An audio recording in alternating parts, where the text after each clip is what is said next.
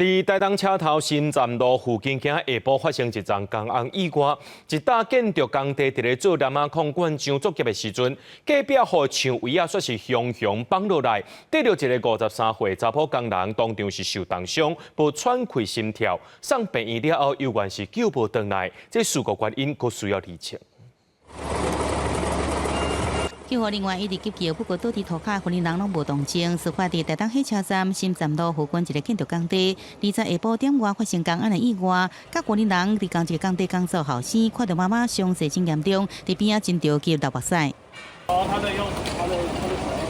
当时现场伫进行阿文土灌浆作业，这个53岁姓王的婚姻人负责清阿文土地，无想到隔壁一户的砖做的围墙却是倒乱，可以袂火险，造成伊颔棍以下和围墙的砖啊对掉咧。 压到哪里？墙壁从那个红砖的裂开了，倒下来了。姓王婚姻人被救出来了后，嘴甲鼻啊流血，而且无喘气心跳，送往台东基督教病院急救。经过点半钟抢救，伤势相当，伤过不治。家属知影了后，实在无法度接受。他是负责哪一个部分？清理的。啊你灌浆。他不晓得怎么样墙就倒下来。哎。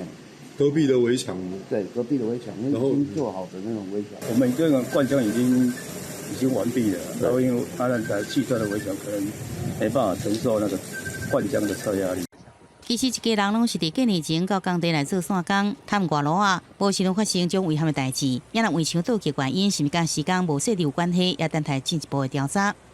南区的治安中心会在24小时内来派员做检查。那如果假设有违反相关的规定的话，那他们会再做可能是停工或是罚款的处分。